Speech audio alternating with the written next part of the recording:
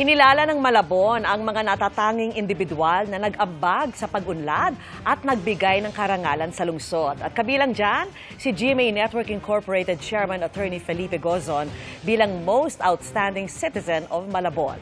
Nakatutok si Jamie Santos.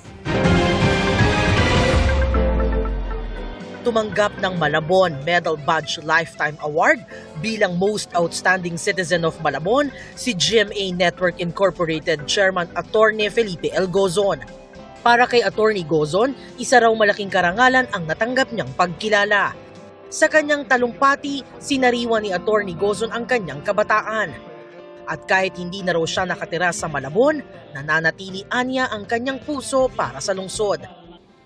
Dahil lang team, parangal sa mga nakaraan, o gunitain natin ang nakaraan, I would like to say that I am proud that I studied in Malabon Elementary School during my primary grades. That was a very, very long time ago. That I learned how to swim in Malabon River when it was not yet polluted. And that I spent my early formative years in Malabon. Kasama niya sa pagtanggap ng parangal ang kanyang mga kapatid na sina Carolina Gozon Jimenez, pati si Florencia Gozon Tariela na nauna ng ginawaran ng dangal ng Malabon Award. Ayon sa Kasama Incorporated na nag-organisa ng event, kinilala si Attorney Gozon dahil sa kanyang matatag na paninindigan sa katotohanan at pagsusulong ng responsableng pamamahayag sa pamamagitan ng pamumuno ng GMA Network Incorporated.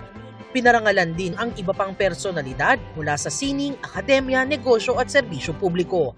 Ito pong pagbibigay ng ating gintong parangal ay hindi lamang po para sa kanila, kundi para sa bawat Malabuenyong nangangarap, nagbibigay ng masigasig na pagmamalasakit at karunungan, kagalingan. Para sa GMA Integrated News, Jamie Santos, nakatutok 24 oras.